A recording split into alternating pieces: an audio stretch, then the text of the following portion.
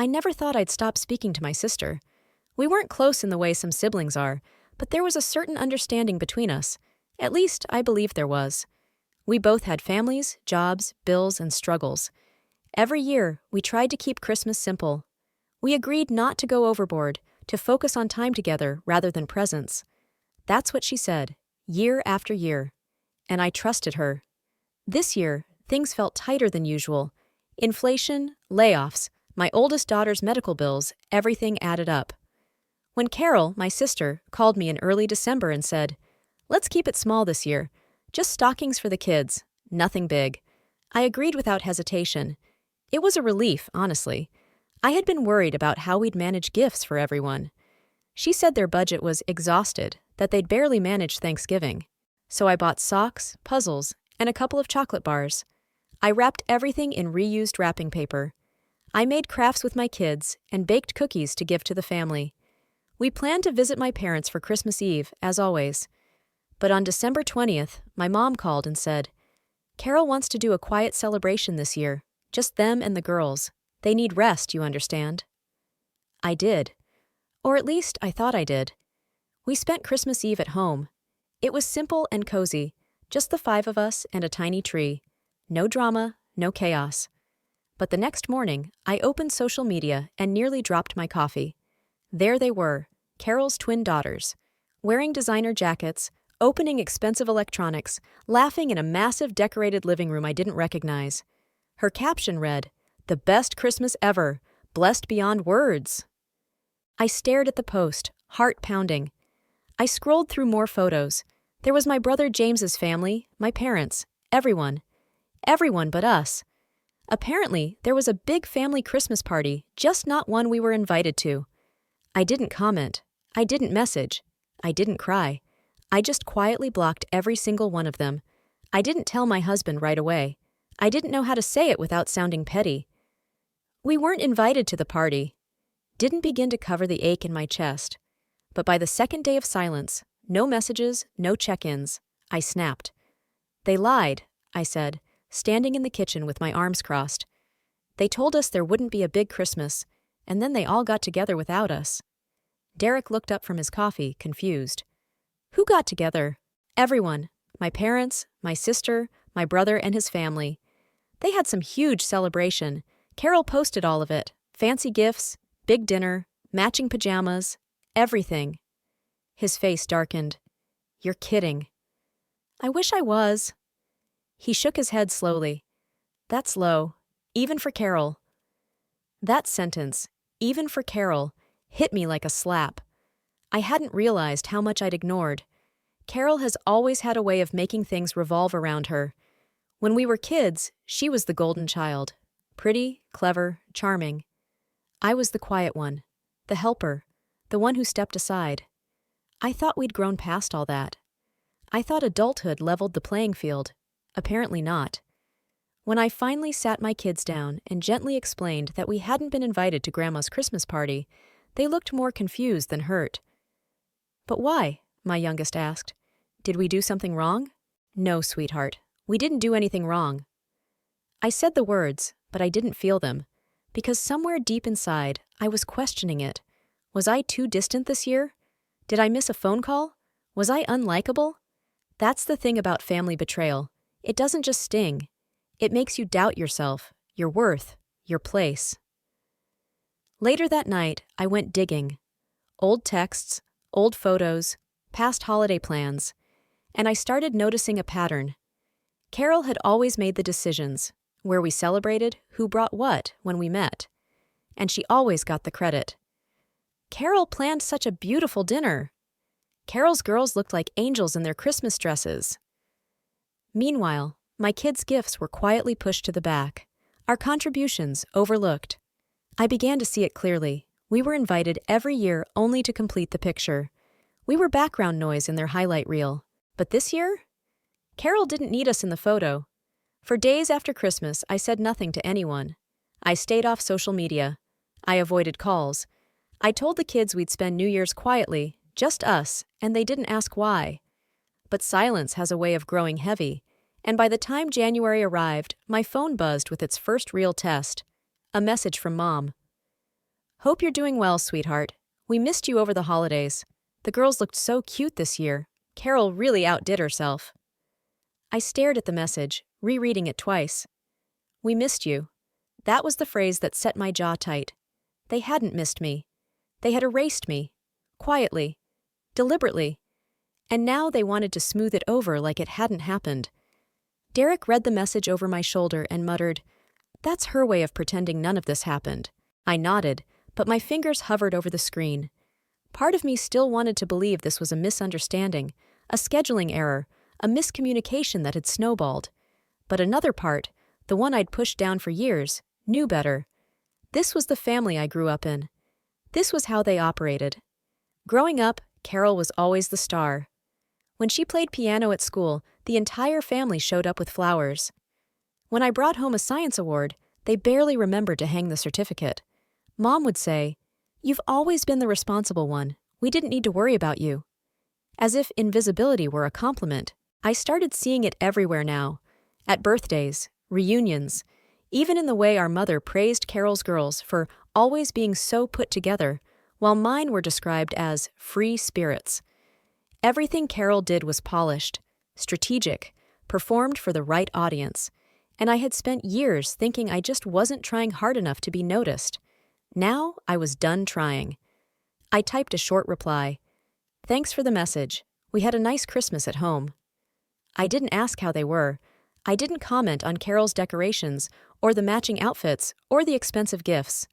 I hit send and then muted the conversation.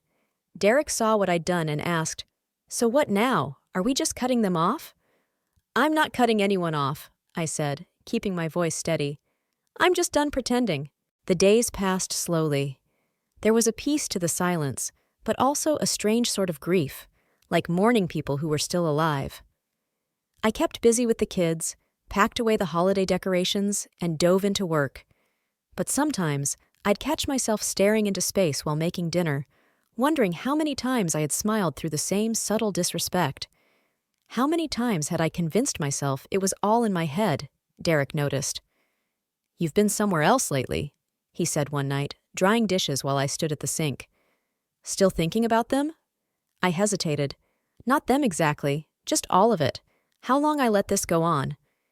He put the towel down and leaned on the counter. "You've always tried to keep the peace. That's not weakness." I didn't answer. I wasn't sure I believed him.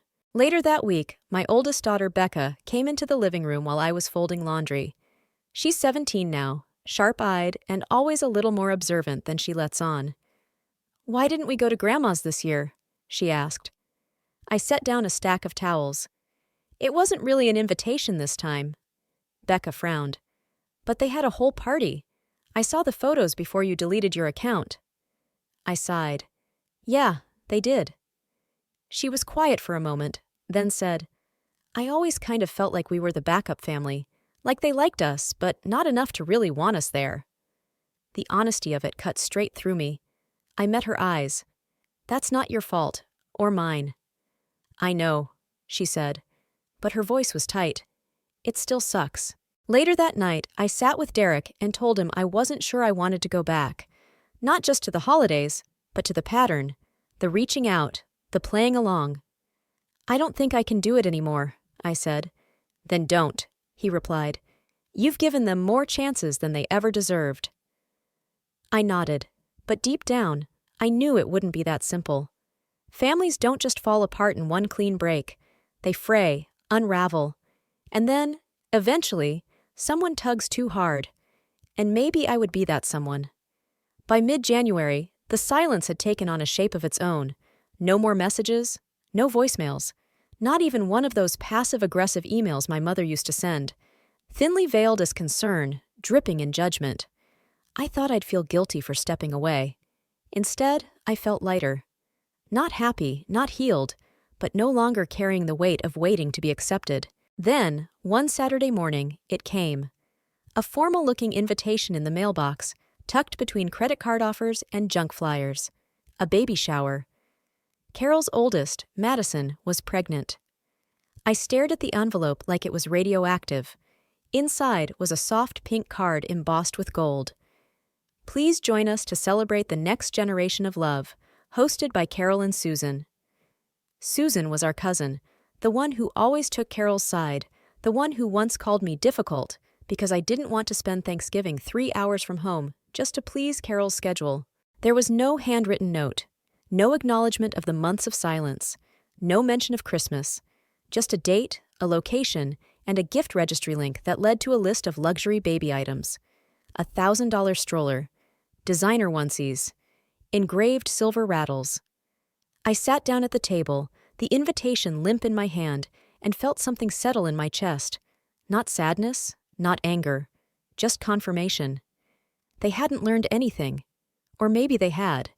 Maybe they had learned that I would never call them out, never make a scene, that I would fold, as always, and show up with a smile and a gift, pretending nothing had happened. Becca walked by, noticed the card, and picked it up. "Aren't we still blocked on Madison's socials?" she asked. "Looks like invitations still go through the mail," I replied flatly. She raised an eyebrow. "Are you going?" I shook my head. "No." "Good."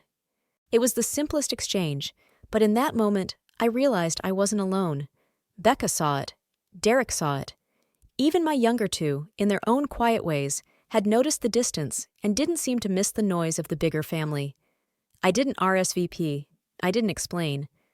And when Carol's name popped up on my phone 3 days later, I let it ring until it stopped. The voicemail came a few hours later.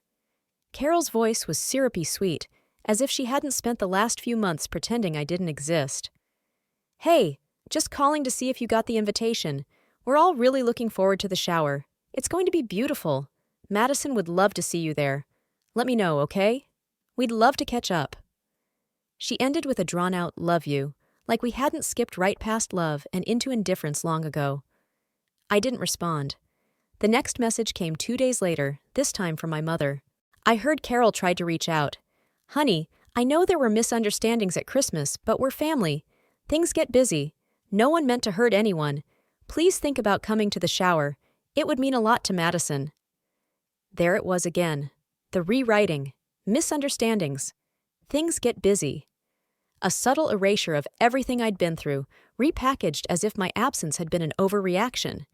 As if I were the one who had to explain my silence, while no one else had to explain their exclusion. I didn't reply to that message either. But it got harder to stay quiet when Carol started texting Becca directly. "Hi, sweet girl. Haven't heard from you in a while. Hope school's going well. Tell your mom I hope she's okay. We miss you all." Becca showed me the message, frowning. "Why is she texting me?" I wanted to scream. Carol had always been strategic. Now she was going around me, pretending concern, painting herself as the bigger person. I could already imagine the story she'd spin at the baby shower, how I'd refused to come, how she had tried to reach out, how sad it was that I was holding a grudge. But I wasn't holding a grudge. I was just finally standing still, while the rest of them kept spinning their illusions. "She's trying to get you to do her work," I told Becca.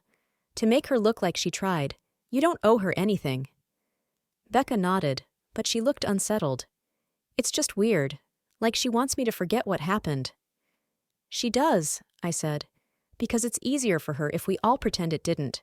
The day of the baby shower came with gray skies and a steady drizzle. Fitting, I thought, as I sat in the kitchen sipping coffee, the invitation card still on the counter beside me. I hadn't thrown it away. Not yet. I wasn't sure why. Maybe part of me wanted proof. Tangible evidence that I hadn't imagined it all, that I had been invited, but only in the most superficial, image-saving way. Derek came in and nodded toward the card. "You still thinking about it?" "No," I said. "I'm thinking about what happens after today." He raised an eyebrow. "She'll make it public. The fact that I didn't go. She'll twist it. Say she reached out, tried to include us. She'll make me the bitter one." "She already is," he said calmly. "That's what people like her do. They set a fire, hand you a glass of water, and then blame you for not putting it out fast enough." I smiled faintly. He always knew how to get to the heart of it. Later that afternoon, I got a text, not from Carol this time, but from Madison herself. Just a single photo. Her glowing, cradling her bump in a designer dress, surrounded by pink and gold balloons. "We missed you today," the caption read. No context, no question, no warmth. I deleted it. That evening, Becca came downstairs and said her friend showed her a story Carol had posted online, an album of photos from the shower. Everyone tagged, everyone glowing. One of the captions read, "So grateful for the family who shows up for each other." There it was, the performance. "She's doing it on purpose," Becca said. "I know." So what now? I looked at my daughter, so much older than she should have needed to be at 17. I realized that staying silent wasn't just affecting me anymore. My kids were watching, learning what to tolerate, what to accept, what to absorb quietly. I exhaled. Now I say something. Derek looked up from the couch. "You sure?" "I don't need their apology," I said, "but I won't let them rewrite the truth." I didn't rush it. I sat with the decision for a few days. I didn't want to send a message out of anger. I'd done that before in my younger years, and it only gave them more to twist. This time, I needed it to be clear. Calm. Undeniable. I wrote and deleted the message 3 times before I finally settled on the version that felt right. Then I sent it, not to Carol alone, but to the family group chat that had been dormant since early December. It read, "I saw the photos from Madison's shower. I'm glad it was a beautiful day. But I want to make something clear. I wasn't there because I wasn't meant to be there, not really. After being excluded from Christmas, it felt performative to be invited last minute to smile for pictures and keep up appearances. I've spent years being left out quietly while being told it was unintentional. But the pattern is obvious. This isn't about one party or one misunderstanding. It's about respect. I won't pretend anymore." I stared at the screen after I hit send. No shaking hands. No racing heart. Just stillness. Derek put his arm around me as I read the message aloud. "Proud of you," he said. Becca, leaning in from the hallway, gave a small nod. "About time." The silence afterward was almost amusing. No response for 6 hours. Then one, from my mother. "I'm sorry you feel that way. That was never our intention." The same language, the same passive deflection. But it didn't sting this time. I recognized it for what it was, her refusal to take responsibility, masked in politeness. Then, from Carol. "I've always tried to include you. If you felt left out, I wish you would have said something instead of accusing me publicly. This isn't fair." That one I didn't respond to. I didn't need to. Anyone with a clear mind would see how perfectly it illustrated everything I'd just written. I didn't want a war. I didn't want their apologies. I just wanted the silence to stop being a lie. In the days that followed, a quiet shift happened in our house. Not loud or dramatic, but noticeable, like a draft where a door used to be open and now isn't. I found myself sleeping more soundly. Cooking felt lighter. Even Becca seemed to carry herself differently. The air was no longer heavy with what we were pretending not to feel. I didn't check the group chat again. I didn't need to. I knew Carol wouldn't apologize. I knew my mother would keep spinning the story in a way that made her feel blameless. And maybe others would stay silent to avoid choosing sides. Let them. One afternoon, a small envelope arrived in our mailbox. It was from my father. A plain white card with no return address and just a few sentences inside. "I don't know everything that's going on, but I know it's hurt you. I'm sorry for not seeing that sooner. I hope we can talk when you're ready." It was the first time in years he'd acknowledged anything personal. I read the note 3 times, then set it down on the table. Derek looked up from his laptop. "Something real?" he asked. I nodded slowly. "I think so." It didn't undo anything. It didn't fix the decades of imbalance or heal the scar tissue. But it was the first thing that didn't feel like manipulation. Becca saw it too. "Do you think he means it?" she asked. "I think he doesn't want to lose us." "And Grandma? Carol?" I shook my head. "I don't think they even realize we're already gone." That night, I sat by the window with a blanket over my shoulders and watched the wind stir the trees in our backyard. For the first time in my adult life, I didn't feel like I was waiting to be seen. I had stepped into the light myself, and what surprised me most? The light was warm. It had always been there. I'd just been standing in the wrong direction. The weeks rolled into early spring. A few trees in the backyard began to bloom, stubborn against the cold that still hung in the air. I watched them one morning as I sipped coffee in silence, the kind of silence that no longer hurt. I hadn't responded to my father's note yet. Not because I didn't appreciate it, but because I wanted my reply to be as honest as his. No performance, no duty, just truth. And truth, I'd learned, doesn't rush. Meanwhile, Carol continued posting curated images of family brunches, group hikes, pastel-drenched holidays. I noticed she'd stopped tagging me, or any of my kids, as if erasing us online would somehow undo our absence. But I didn't care anymore. I had no interest in playing a role in her glossy fairy tale. What mattered now was here. Derek surprised me one evening with a homemade dinner and a handwritten note of his own. Just 3 words. I see you. Becca started journaling. I don't want to forget how this felt, she said, so I'll know what not to become. I hugged her tighter than I had in months. Even my younger 2 seemed more relaxed. They'd stopped asking when we'd see Grandma or Aunt Carol again. They sensed the shift and accepted it without drama. Children, I've realized, adapt faster to truth than adults do to honesty. Eventually, I did write back to my father. Thank you for seeing me. That means more than you know. I'm not angry. I'm just done pretending I'm okay with being invisible. I'm open to a conversation, when it's real. He responded with a phone call a few days later. We talked for the first time in years without me shrinking into silence. He didn't try to fix everything. He just listened. And that, in itself, felt like something new. I don't know what comes next with the rest of them. I don't need to. What I have now is real. It's enough. I used to think families were defined by who shows up for the holidays. Now I know. Families are defined by who sees you when you're hurting and stands beside you without needing you to shrink to fit their comfort. This Christmas, we'll decorate early. Just the 5 of us. We'll play music, bake cookies, and hang mismatched ornaments. Not for photos. Not for show. Just for us.